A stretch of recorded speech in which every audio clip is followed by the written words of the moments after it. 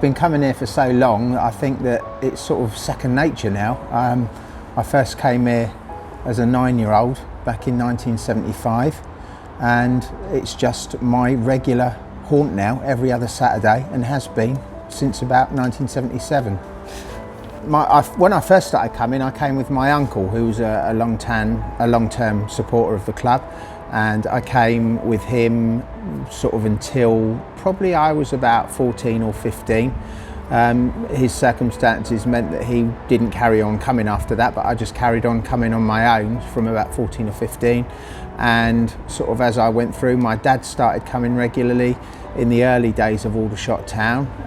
He doesn't come anymore, unfortunately.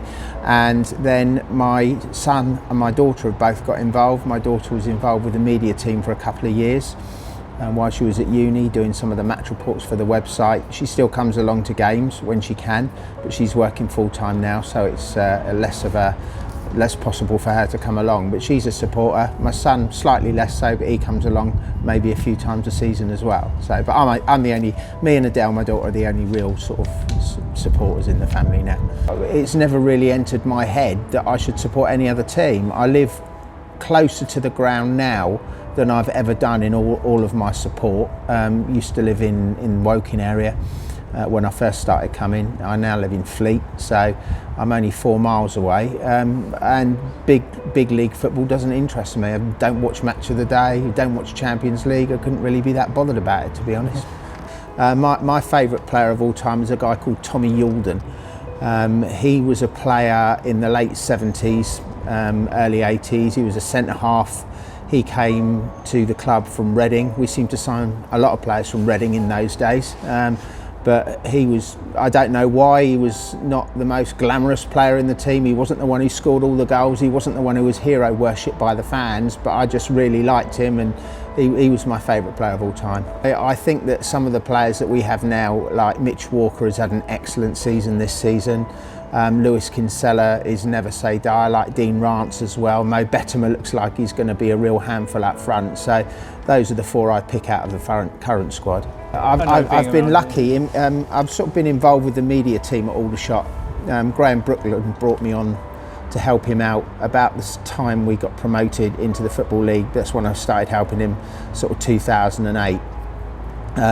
Sort of started off just by filming his interviews, post-match interviews with the then manager, was Gary Waddock at the time, and his post-match player interviews.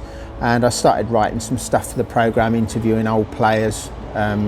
So I've been really lucky in that I've met most of the players over the years, because when we got into the Football League in 2008, Graham and I used to organise a guest of the day, where we used to have one of the former Aldershot FC players or one of the former Aldershot Town players to come back as our guest for the day.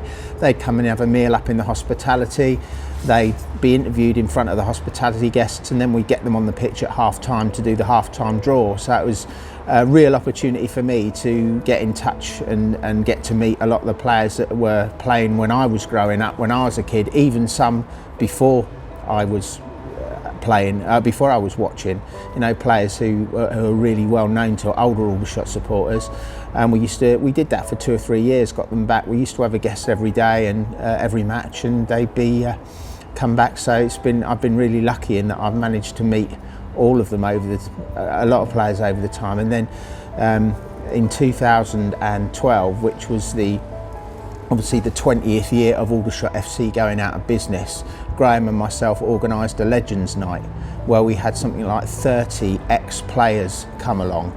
The criteria that we used was we wanted them to have made over 100 appearances for Aldershot, and I think that amongst the 30 players we worked out that there were over 6,000 first team appearances for Aldershot FC and over 600 goals between them, and that led from sort of the all-time appearance maker, second in the list, Len Walker, who was later obviously Aldershot's manager as well in the 1980s, right down to people like Steve Claridge, who's obviously a household name in football, played nearly 100 games for Aldershot, so he came along as well. It was a really good night. and we sort of got them all on the pitch at half time. I think it delayed the start of the second half a little bit because the referee was starting to wait, and we were still trying to get all these old players off the pitch. But it was a really good night. So it was nice to sort of meet up and or get to know some of those sort of legends, Aldershot legends. That's what they are. So it was nice to meet all them then as well. It came about by chance, really. I'd been helping out on the media team for a few years, just steward in the box when the regular steward was away, or just organising the post-match interviews, making sure the right players came and were interviewed by the visiting press and the home press. And the guy who used to do the public announcer, the PA at the games, a guy called Richard Wyeth, worked for the local army radio station and was posted to Afghanistan. So they were looking for someone to step in for 3 or 4 months towards the end of the season. I volunteered and they said, yes, come and do it. So I came and did it, and at the end of the season they asked me to carry on. So I've been doing it ever since. It's probably about 6 or 7 years now, I think. I was thinking about this actually because I saw the previous interview with Pete, and I think he said there's not many places in the ground where he hasn't watched a game from, and I worked out there are only 2 places in this ground that I've never watched a game from. I've never stood on the slab to watch a game, and I've never sat in the community stand either. However, in the days when we used to have standing at that end of the ground, I have stood at that end of the ground. So the slab's the only place I really haven't watched a game from. I was lucky enough to watch one game in the director's box one year as well. So it's everywhere in the ground I've watched a game from at some point. But usually I used to stand.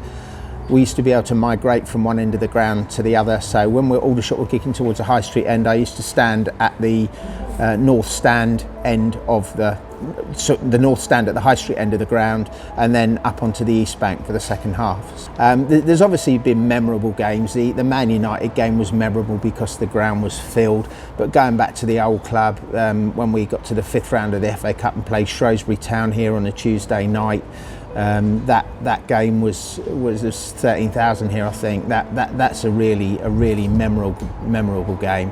But there've been so many over the years.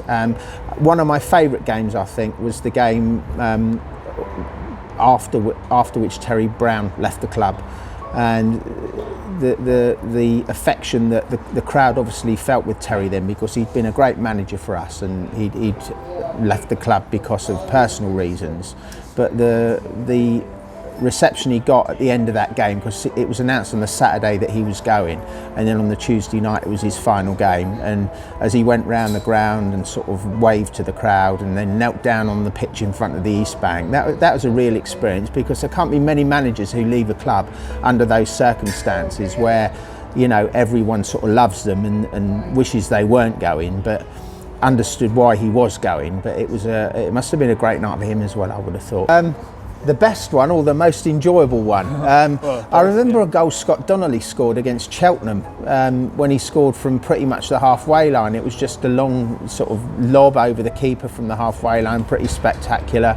But I remember goals. I mean, my favourite Aldershot player of the current era was a guy called Gary Abbott, who no one would ever say he was the most spectacular player that ever played for the club, but Gary Abbott was a master goal scorer.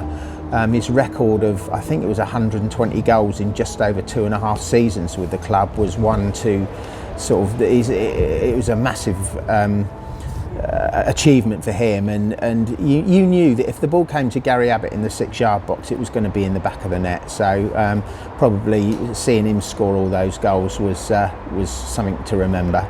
I try to get to as many away games as I can. It's a bit easier for me now, work-wise, to travel to away games, and I've sort of, over the years, I've been to lots and lots of grounds. One of my favourite ones is Bognor in the old Ryman League, Bognor Regis Town. That was always a pleasant place to go to. Bit of an atmosphere down there, I like going there.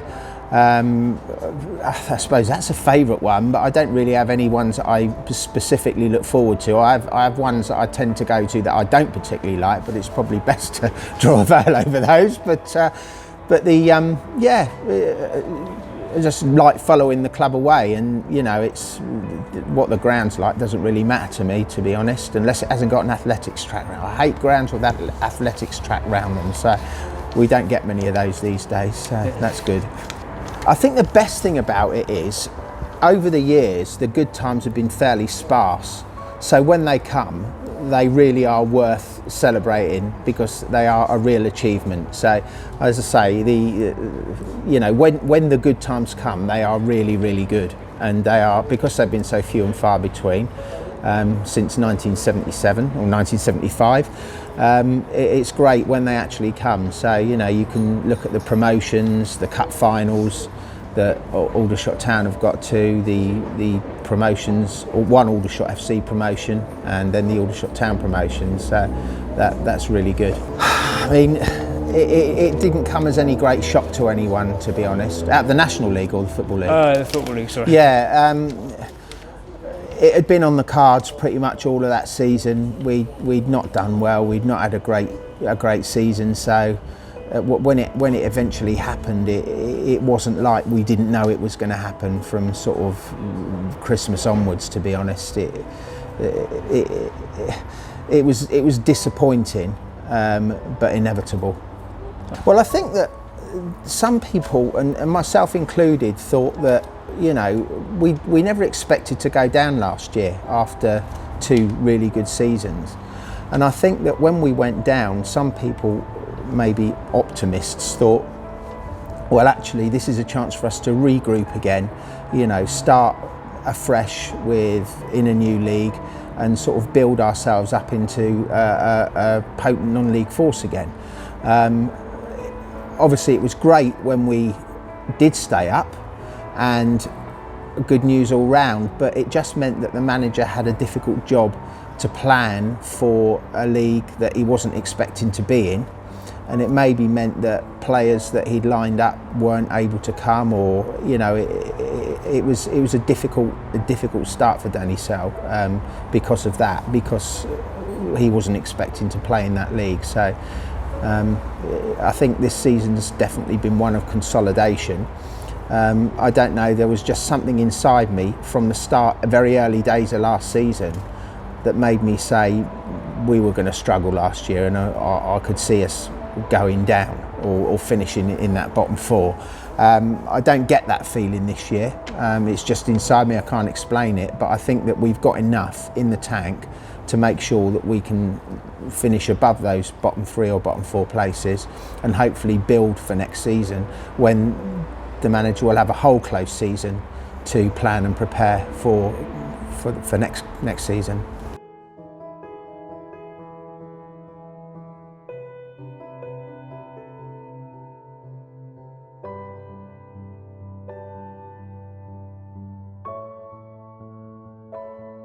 Are you in with a shot?